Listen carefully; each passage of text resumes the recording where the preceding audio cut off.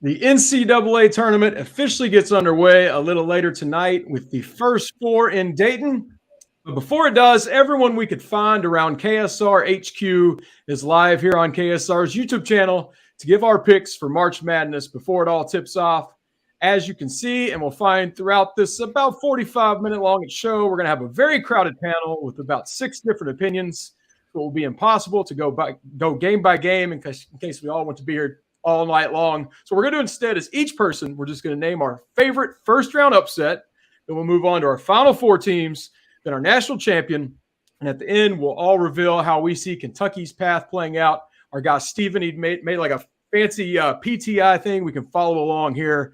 But before we get started, we also want to encourage you to check out the KSR and On3 Bracket Challenge, where you can see all of our brackets once it gets going, compete against us and other KSR readers and listeners for prizes like gift cards, a free subscription to KSR Plus. Shout out to our sponsors, Justice Dental, Mint Mobile, Aura, Outsider, and Kentucky Branded for partnering with us there. Now for our official picks, and I'm going to stop talking and let Tyler lead us off. Everyone commenting, feel free to join in. We'll bring you in when we see some we like, but we're going to get started with those first-round upsets. Tyler Thompson, you go first, and who do you see going down in a surprise pick? All right, I'm excited to lead this off. I think there were a lot of enticing upset options here, but I am going to the Midwest region where I'm picking Kent State, the number 13 seed, to knock off number 4 Indiana. And I'm doing it for a couple of reasons. First, there's a cool storyline. Kent State's coach is Rob Sinderoff. I hope I'm saying that right. He was punished by the NCAA for violations when he was on the staff at Indiana back in like the early to mid 2000s under Kelvin Sampson. So I think that's kind of a fun angle. You'll probably hear about that a lot. I'm also really impressed by Kent State. They've played Gonzaga, Houston, and Charleston and have lost by single digits. They lost to Gonzaga by 7, Houston by 5, and Charleston only 2. And all of those are quad 1 opponents. So I'm going with the Kent State. I believe they're the Golden Flashes, which is also a flashy name. So I'm excited. Jack, why don't you go next with your first round pick? I am given the opportunity in a 5-12 upset with the Duke Blue Devils. I'm obviously going with Oral Roberts. They made a splash in the 2021 March Madness, went to the Sweet 16. Max Abmas became the Sweet 16 sensation. Everybody fell in love with him. Another unbelievable year for him, averaging 22 points a game, has made 117 three-pointers. Duke, I don't trust John Shire in his very first NCAA tournament run. I am picking Kentucky's arch rival going down in the opening round.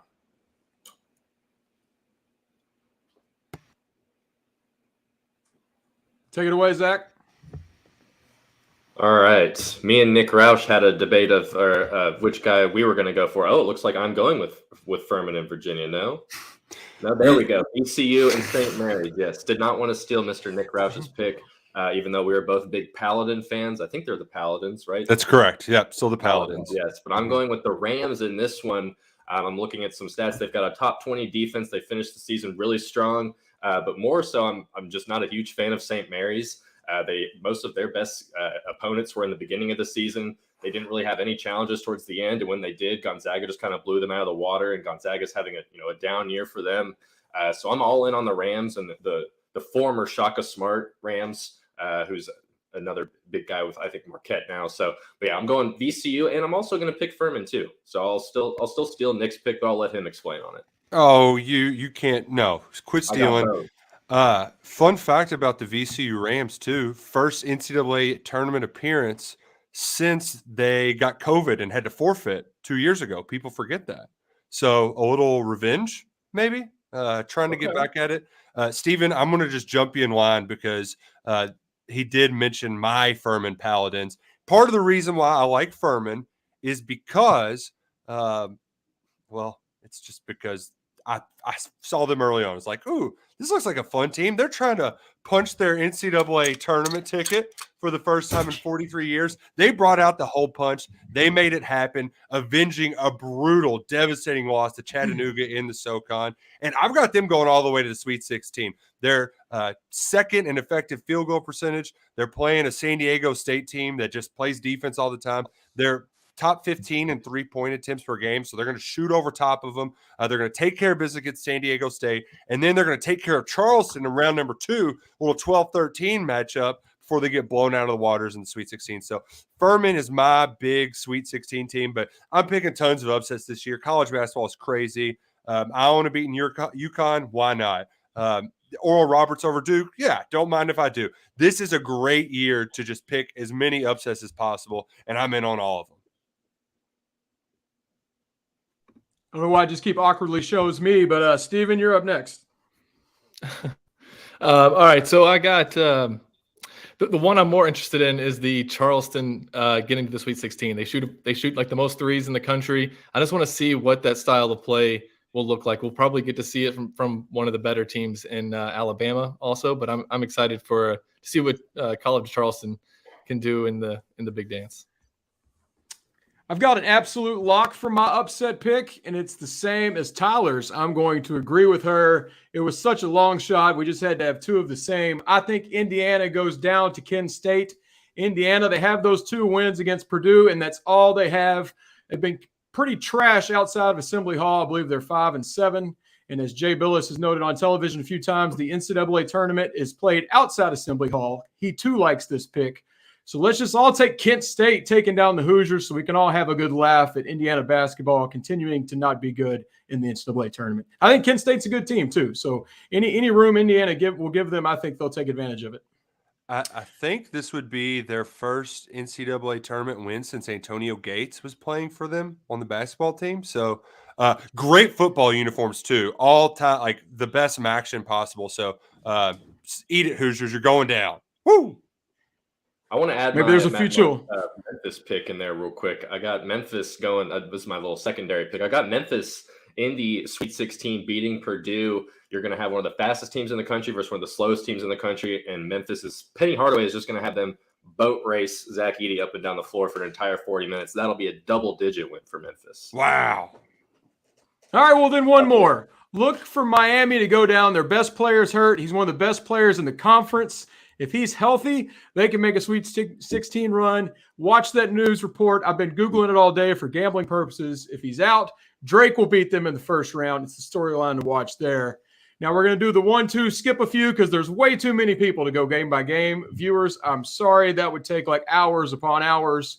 So we're going to move forward straight to our final 4 picks, just with the 4 that made it. If you had some upsets along the way or anything unexpected that you want to share with how your 4 got there, feel free to share them. But Tyler, we'll go back to starting with you. Who do you have advancing to the final 4 from each region? So my picks are a little too chalky for my liking, but I'm having trouble with this bracket for some reason. I've got Arizona, and I think they're going to beat Alabama because I think Alabama is just going to kind of crumble under all the scrutiny and the spotlight. I was there for the Nate Oates, Brandon Miller press conference at the SEC tournament. It was super awkward, and it's just going to get worse from there. So I've got Arizona, Purdue, Texas, and Kansas, and I don't really love any of those picks except for maybe Texas. What about you, Jack? Yeah, I'll jump on in. I agree about the Texas. I do like Texas's chances there. Kentucky, I'm going for it. The more I looked at this path, the more I went all in on the matchups, and I'm seeing a storybook. Every single game having a narrative kind of story-driven path with the opening round, obviously against Providence, the Bryce Hopkins factor, Kansas State, what happened a couple of years back in the NCAA tournament, Michigan State, obviously blue blood factor, Kentucky, and then Purdue I have coming out in the Elite Eight, the Zach Edey versus Oscar Tshiebwe. I think it's just going to create more storylines, and then we'll see what happens a little bit further because Alabama is my other semifinal pick there. They are playing as well as anybody else in college basketball. And my kind of sleeper, but also not so really a sleeper, UConn. I think they're playing really good basketball as of late, and they're actually 3rd highest chances to win the national championship right now, even though they finished 4th in the Big East, plus 900 to win it all. So I like them in a favorable region for them as well. A lot of our commenters are asking where they can sign up for the KSR on 3 challenge. It's not at any of the sites that a lot of people go to. We have our own challenge. We got people that know how to draw that up. So it is on KSR's website. Go check that out. It's been posted recently. You might have to scroll down a little bit, but for all of our commenters asking our tournament code or our password or what site we're on, we have our own. So get over there and check that out.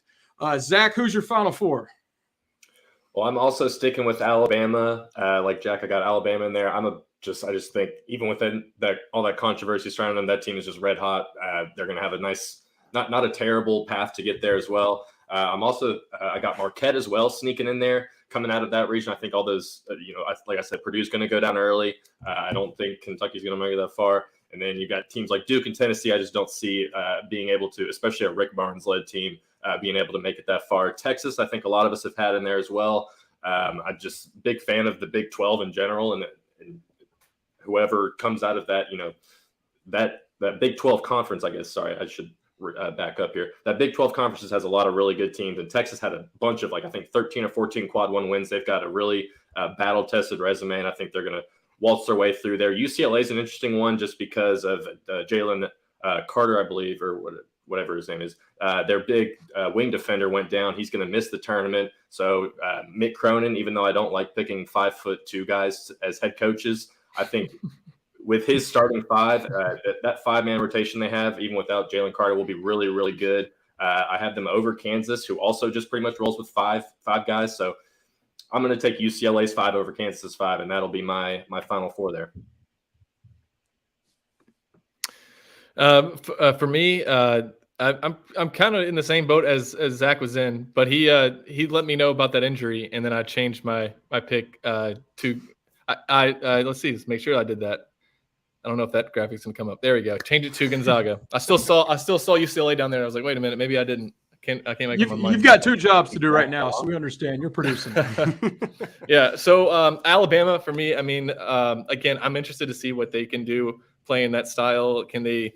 I think they got enough good players that even if they're not hitting from 3, because I didn't feel like in the SEC tournament they necessarily lit it up from behind the arc, but they still won every game pretty easily. Didn't love putting Duke in there. Just kind of liked their path. Just every game, just in the way that they're playing right now. And then, of course, Texas and Gonzaga. I think people are kind of sleeping on the Zags a little bit. So we'll see if out of the 3 seed if they can make it to the Final Four. Yeah, and to your point, Stephen, about people sleeping on Gonzaga, I loathe Mark Few and Gonzaga's program and what they've built there because they've done it on the backs of a bunch of freaking bums in the West Coast Conference. It's even more disgusting that the West Coast Conference, they changed their conference tournament format to make it easier for Gonzaga and St. Mary's to where they only have to play 2 games to win the whole thing. It's embarrassing and it's a disgrace to humanity. But now that they don't have the spotlight, that's when they're going to just glide right on in, right? They don't have expectations of an undefeated season. They have guys who have been there before. They're going to just make it all the way to the damn championship game. So it frustrates me to no end. I hate Gonzaga, but this is the year they sneak up on them. And similarly, Tom Izzo, man, it's March. He's a 7 seed. He's at his best when you least expect him, right? And I know that the team that we saw play in the Champions Classic wasn't very good. They're much different than the team that is playing right now. And up until that Big Ten tournament, they were one of the hottest teams in the country. I think they get hot, stay hot in a wide open East region. Ultimately advance there. To everybody's kind of on Bama, and I think the reason why it's easy to stay on Bama and why I'm keeping them in the Final Four as well, they're going to be the closest team to Louisville. Not a lot of great big fan bases. I could see like Arizona is your 2 seed. You think a ton of those guys are traveling across the country to go to Louisville? I don't think so. The other part, too, Alabama is the only team that plays defense in this entire region. They're not going to see San Diego State or Virginia. They're bums. They only play defense. They don't play any offense. The rest of these teams, they just run. Good luck trying to do that against Alabama. And that's why ultimately, I think even on an off night, their defense can bail them out. And I do like Creighton to get to the Elite 8, but taking Alabama over Creighton to go to the Final Four. And last but not least, this is the one I hate the most because of injury concerns. Marcus Sasser at Houston. what the groin, that's weird. That could keep him out. He's their best player. But I do feel like this team has the highest floor. Another one that's been here before. They were Sweet 16 when Kentucky knocked them out a few years ago. They were in the Final Four just a few years ago. Houston is the host site. They're very well aware of this. They've got a coach who's won more NCAA tournament games than most coaches in this field. And I just feel like they can kind of grind you out with defense. Sasser, though, that injury kind of scares me. So that's the only reason why I'm a little worried about that Houston pick into the Final Four. Nick, we're kind of thinking like-minded here. I'm not identical, but I also hate the Blue Bloods. I have the Final Four that no one saw coming back in November when we were trying to guess what would happen this year. I will start with a team that we've all said over and over, looking at my bracket here. The quadrant, top left quadrant, as Greg Gumbel says, in the South, I have Alabama, not just because they're an elite defense, elite offense, Brandon Miller, depth. I also just have that bracket getting ripped to shreds with lots of upsets. I have Creighton meeting Alabama in the Elite Eight, just to give you a little indication there. So not only do I think Alabama is the one of the better teams, I think their path opens up, and it just feels like we're destined for Final Four weekend to have that black cloud and all those stories written about the off-the-field stuff. So I've got Bama out of the South, moving over to the Midwest. Coming down to Houston and Texas for me in the Elite Eight. I went back and forth a lot. I think Houston's a really good team. Obviously, they're maybe even the betting favorite right now. But I've got Texas upsetting them. Just they've been playing so well with an interim coach. The losses at Baylor and TCU, both on the road against two very good teams, are their only losses in about a month. So I have Texas kind of shocking out. The Midwest is a hot team. Down at the West, I'm joining Roush for the exact same reason. He stole my hot take. Gonzaga always has this pressure, but in this one, no one's going to be talking about him. Kansas is the 1 seed, UCLA, and Gonzaga is going to squeak right in to take that spot in the West. And then I intentionally ended with the East because I do not have Kentucky in it, unfortunately. I really struggled with where I had Kentucky losing and who I had escaping. I definitely had Purdue going out early to Memphis in the second game of the tournament. Nice. But I landed with Marquette coming out of there. So I have Alabama, Marquette, Texas, and Gonzaga as my four. This is it's one of those, Marquette especially. Sometimes you fill out the bracket and you don't love how you got there. I got there and that's what it was, but we're just going to leave it. So there's my four. Now, Tyler, I will throw it back to you. We all have named who our semifinal teams are. Who do you have advancing to the championship and then winning it? I never thought I'd say it in November, but I've got Arizona. And my indifference for this pick kind of sums up my feelings for this entire bracket. I don't have strong feelings about any of these teams. I mean, it's just been that kind of season. So I'll kind of go with the one that I know can score a lot of points and doesn't annoy me. So therefore, I'm going with the Arizona Wildcats. How about you, Jack? I will say one thing about your pick that is annoying, Tyler. Have you had to write Azelis Tabellis' name yet? I'd had to do it the other day, and my God, those poor Arizona sports writers between Tabellis and then there are other guys like Umare, Abello. They're basically the United Nations. That team. They had Caleb Farzewski at some point too. Remember? Oh gosh, that's a nice name. Yeah, it's just a lot of mouthfuls. A lot of I don't want to have to write that national championship gamer on Monday night. So Jack, you got the Monday night shift. Good luck with that, buddy.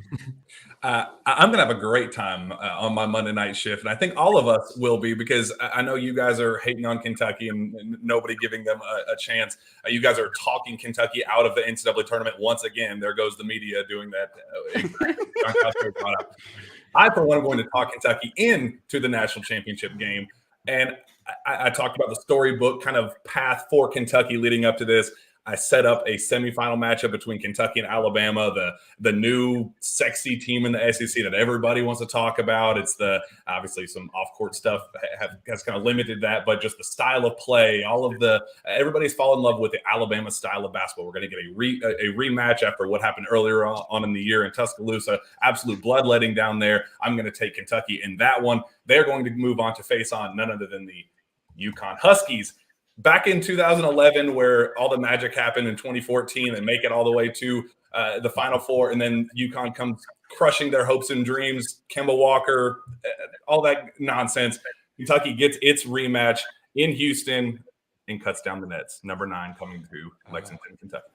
I love Michael says, give Jack a raise. That's great. I will say, too, Jack, so if Kentucky's going to go on one of these runs, right, if they're going to be this magical Cinderella team, to do it last time, you had to have Aaron Harrison just seemingly come out of nowhere and become the most clutch player to ever breathe oxygen. So Cal wants dagger throwers. Jack, who's going to be the dagger thrower? Who's going to rip out the hearts in this NCAA tournament that's going to become an all-time great for the Cats? Oh, that's a good one. The last time we've seen a dagger thrower this season, it was Antonio Reeves down in Arkansas. I feel like he's going to have a sneaky, impressive March. Didn't get much of it down in Nashville for the SEC tournament. I like him, but I also think it's Oscar Tshiebwe's. It's a second chapter to Oscar Tshiebwe's story. We had to come crushing down against St. Peter's in just absolutely embarrassing, disappointing fashion. We didn't get to see the legendary status of Oscar Tshiebwe be met. Why not? You get a head-to-head battle against Zach Edey in the Elite Eight. You get the battle against Alabama, a team that he struggled mightily against, and then a head-to-head battle against UConn. Come on. The stories are writing themselves. And so Antonio is my dagger throw, but Oscar Tshiebwe anchoring things down low for the Cats. I want Oscar to be the dagger thrower. Hit some threes out there, you know. My pick here, I've got UCLA. I'm going to stick with Mr. Mick Cronin. I got them topping Alabama by 6 points in the championship game. Having Jaime Jaquez, or Jaquez if you're Ryan Lemond, in the lineup as an All-American is huge. He's going to be able to power them. I just think they have a very solid team all around, kind of cover all their bases. They've got a Dem Bona who will come in and really kind of try and fill things out with Jalen missing time here. And I think it will be really close, and with Alabama, will still be playing very well going into that game. But I just think that UCLA will find a way to come out with this. And then after that, I propose we make a rule where if you're under Mick Cronin's height, you should not be able to coach Division I basketball anymore. There's a lot of hate for short people on this. No, it's just Mick Cronin, and that's just an easy target in that regard. Very low-hanging fruit. You all like Mick Cronin? Anyone here likes Mick Cronin? No. He still wears suits. Like I'll give him that. He's dressed sharp. Mm-hmm. Cal, you wear because a suit. Imagine if he wore a tracksuit. Oh God, nobody. Be ridiculous looking. We need to get head coaches back in suits. That's just. I didn't picture you being part of that movement, Nick. I didn't think you'd be like, well, Cal's not coaching well because he's not wearing a suit. That game where he had the blue pullover, there was a lot of bad visuals there, man. And he just it's less about the wearing down, the dressing down, and more of like, you're John Calipari. You walk in, you wear $1,000 suits. Like, that's what you do, right? Like Rick Pitino wearing the white suit. It's like you're taking Superman's cape from him, you know? Will Cal wear a suit in the NCAA tournament? No. He did last year, right? Championship, maybe. I think it's pullover live from now on. If he wore it last year, he's definitely not bringing it back this year. Yeah, bringing that Carolina blue pullover. Yeah.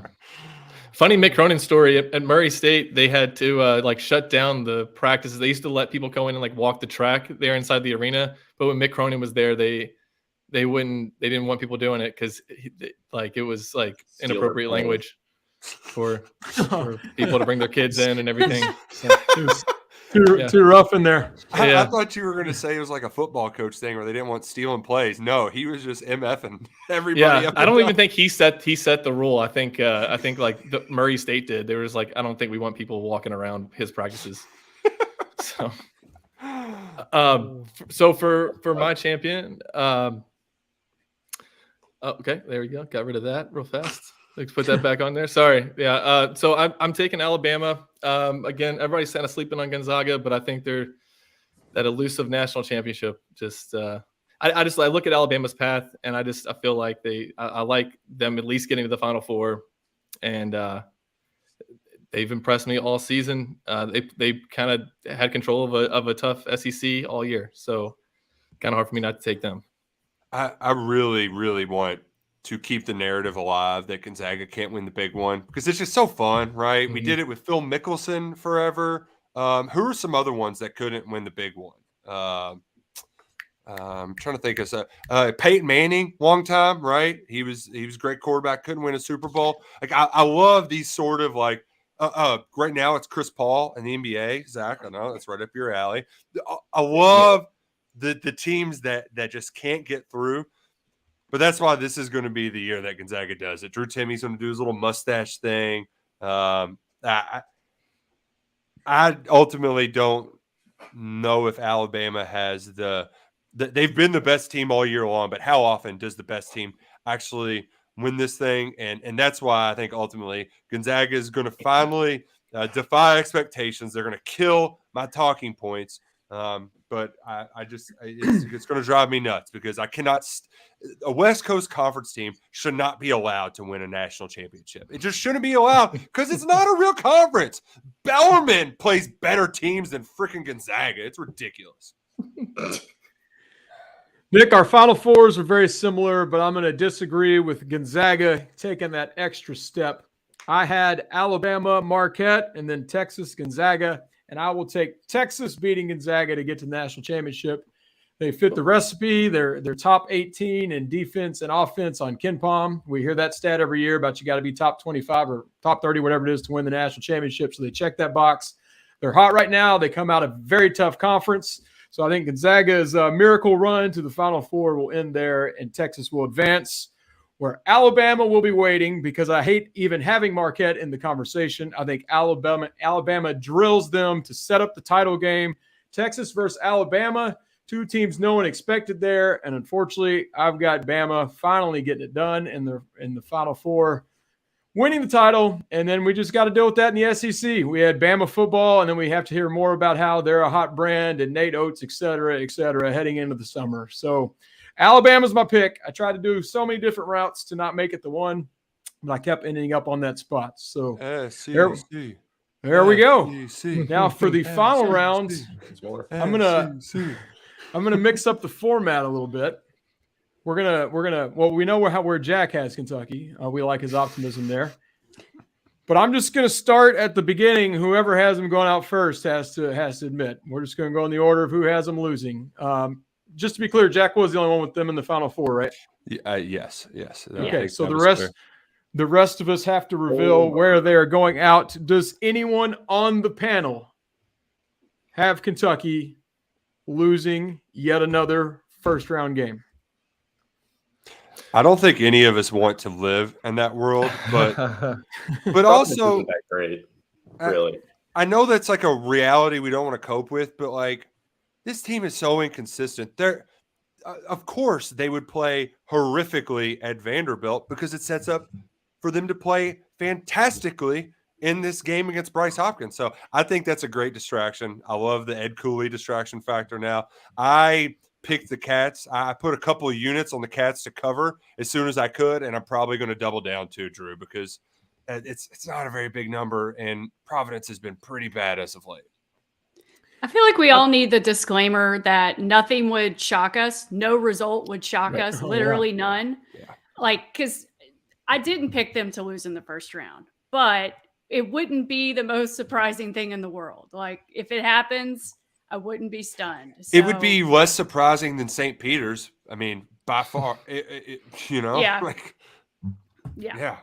Would it be any more surprising to Vanderbilt, losing to Vanderbilt? Would it surprise you more if they, I've thought the Vanderbilt game was a lock for a win both times, really. So I'm obviously big on gambling. When the spread's 3.5, that's a low spread. Anything can happen in a 3.5 point game. I mean, KenPom has it 57. ESPN might be a little more confident. I mean, if it's a loss, it shouldn't be that shocking. I do think the Bryce Hopkins matchup's overhyped. I won't say he's going to flop, but everybody's talking about a 30-point performance. I think they're putting a little too much faith in Bryce Hopkins against a team that he came off the bench for a year ago. Yeah. So I'm like Tyler said, anything could happen this tournament. I could have confetti falling on us with you all in Houston, or we could be in Greensboro for 2 nights. But I do have them squeaking by Providence. It'll be a game, but Kentucky will finish the job. And to your point, Drew, it feels like they need Bryce Hopkins to be the best player in the history of basketball, because does Noah Locke scare you? Devin Carter? Like, it's a bunch of just like average role players, right? Like, they just have some guys, and Hopkins has to do the heavy lifting. And think you're asking a lot. You're putting a lot of weight on that guy's shoulders. So who wants to confess to Kentucky losing to Kansas State? Or somebody wants to go even farther and have Kentucky losing to Montana State? I've got them losing to Kansas State in round 2. No! I'm sorry.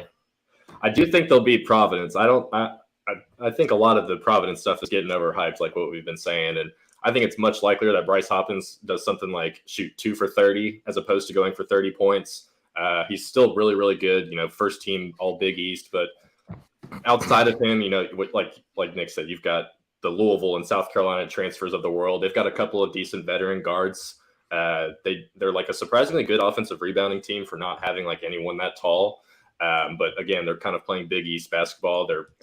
They've been terrible towards the end of the season here. So I do think Kentucky will kind of take that one, and I would take the 3.5 points or whatever it is on that.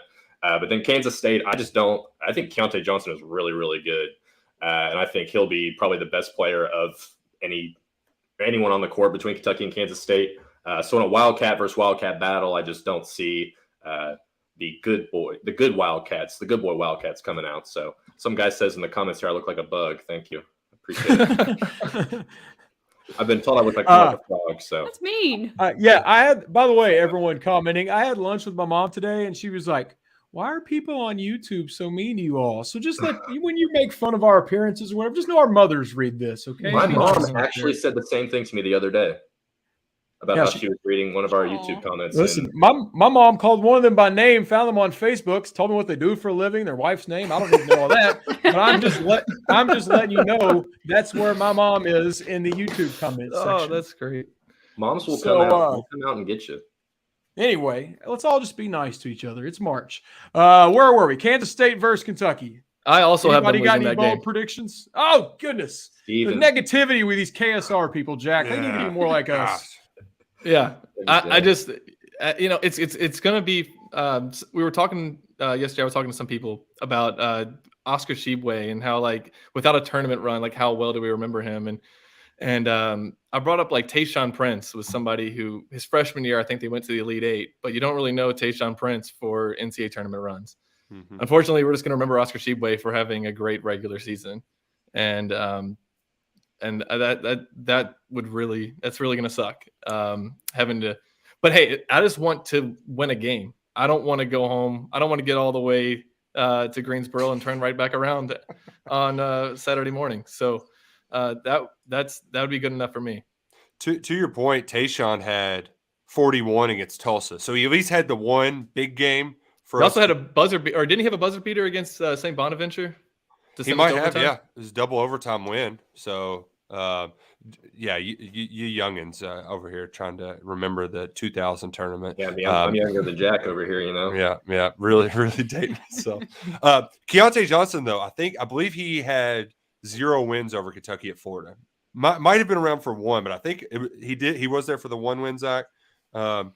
Noel worries me a little bit more, but I think here's my prediction. I said on Sunday when we did our Selection Sunday show that it felt like 2018. I don't even think they're going to see Kansas State. I think Montana State will get the upset. Like, this bracket is going to just look so tantalizing, so juicy. Marquette's going to get knocked out. You don't have to go up against their offense. And you think, well, Kentucky had Michigan State on the ropes in the Champions Classic. They should have won that game. Just hit some free throws down the stretch. And we're going to get our hopes up again. It's going to be a week of believing that this bracket is opened up for the Wildcats, only for Lucy to pull the ball out from Charlie Brown again. It's going to be just good enough for me to get my hopes up, only for them to come crashing down with just an inconsistent game where they miss a ton of mid-range shots that are open and they're good looks, but ultimately are a major talking point all the offseason as an indictment on the way that John Calipari plays basketball, the way he constructs a roster. It's not going to be fun, but you know what? All things considered, at least they'll end that stupid drought and get to the second weekend and give us another week to dream big dreams, only for them to come crashing down horrifically at Madison Square Garden. So Zach's got them going out in Greensboro. Steven is also leaving them in the first weekend. Now Nick has them going out to Izzo in the Sweet 16. Tyler, what do you have them doing in the Sweet 16? One thing I forgot to add too, people are going to really blow up the Izzo tweet that Cal had of Izzo the other day. Oh yeah. That's 25th straight tournament or something. Yeah. Yeah, people Bad are going to timing quote. on that one. Oh yeah, they're going to quote tweet that to Bolivia. It's going to be ugly. I mean, it would be kind of cool if Michigan State made it that far, given everything that's happened with that school this year. It would be kind of like a heartwarming moment. So I hope you're right there. I also have Kentucky losing in the Sweet 16, but to Marquette. I was so close to having Kentucky go out in the second round, but I just couldn't do it. My heart couldn't handle the thought of just another, second game or just losing in the first weekend, because it ruined my month last year. I know it was the same for you all. Losing to St. Peter's, I couldn't watch the rest of the tournament. I was too depressed.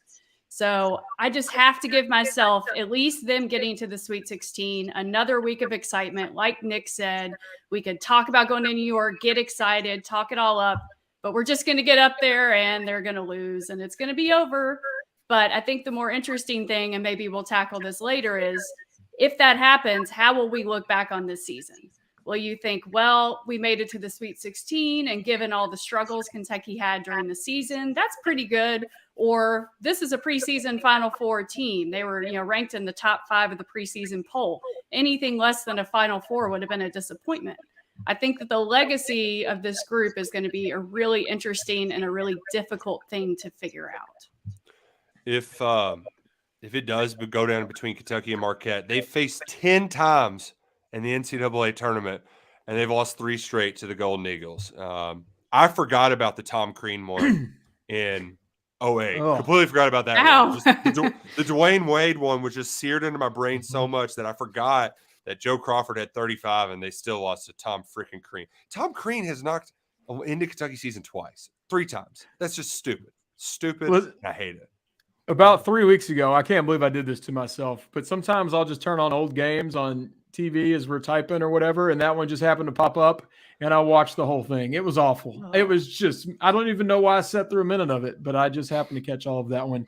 And unfortunately for me, I also have Kentucky going to Marquette. Since I had Marquette in my Final Four earlier, that was a little obvious. And like Tyler, I had a hard time putting them past Kansas State, but it's just, even though I'm down on them right now, and right when I talk myself into it, they let me down and vice versa. I just have to believe that John Calipari will get them out of that first weekend. Times are a little down right now, but they can't be that bad. Kansas State's good. I actually like Kansas State. And in any other bracket, I would have probably had them making a decent run because I've enjoyed what they've done this year and think Jerome Tang is a great coach. But I put Kentucky just as a fan and wanting to believe making it to the Sweet 16, where they do unfortunately lose to the Marquette curse. So there we have it. I want to now, since most of us were negative, give it back to Jack. Jack, you already mentioned this a little bit when you picked them as your champion, but we're going to end with some positivity. So Jack, start us with Bryce Hopkins and Providence. Since you're the one with all the belief, give some of that belief to the rest of us and just walk it all the way back through it again until we're in Houston with the trophy. Yeah, I think the Bryce Hopkins matchup is going to backfire. I think that they've made such a big deal about it from he's going to get back at Kentucky for how he was wronged and how it was a missed opportunity for him. There's so much pressure on him to save the day for them. He is the anchor of that team. How much of the coaching distractions with Ed Cooley in Georgetown, how much is that going to play into it?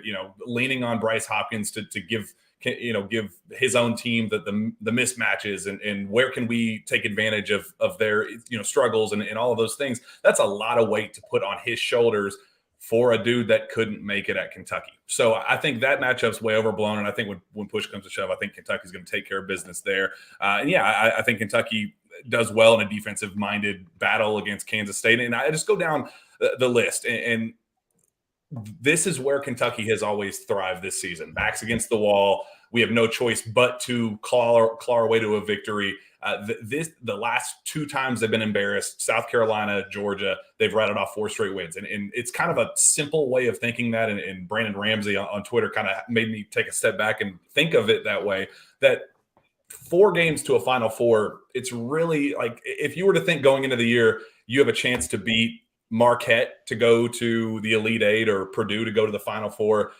I would have taken that going into the year. And obviously the ups and downs have been what they are, but when push comes to shove, everything has led up to this moment. John Calipari has said, forget everything that else that has happened up to this point. Focus on the final thing at hand, the final path at hand. That's all we need to worry about. And until otherwise, I'm going to take him for his word, which has been very difficult to do, unfortunately, this season. But I'm gonna believe that he said to believe, and it is what it is. Well, of everyone here, we hope you're the most right, because even though we had Kentucky losing early, we don't want that to happen. We're just trying to give our most honest thoughts and predictions here. I hope Zach and Steven are the most wrong with their stupid first weekend losses. Fairness. Gladly eat crow. I will gladly do it. But I do want to thank everyone that watched this and will continue to watch it as we leave it up. It's March. It's here. It's finally time. Again, go to our website. We'll do that anyway just to check out all of our coverage. It's nonstop with this team all year long. But be sure to check out the bracket challenge with KSR and On3. There's some good prizes. If nothing else, you'll have fun just seeing where you rank with other KSR listeners and readers and people like us. I mean, you won't beat me, but you might finish somewhere pretty good. You might beat some of these people. But again, thank you all for always following what we do. It's going to be a fun March. Whatever happens, we want to bottle up Jack's enthusiasm and chug it. We hope he's the most right. But if not, whatever happens, happens, and we'll deal with it then. For right now, we'll sign off and let everybody get back to their Tuesday evenings. Signing off I'm going to do this again. Lots of people. We got Zach, Steven, Tyler, Jack, Nick. Luckett had a car duty at school, so he couldn't make it. But we had blast. So we'll see Zach's you all cat. Zach's cat also. Go Cats. Go Cats. Jack is the best predictor.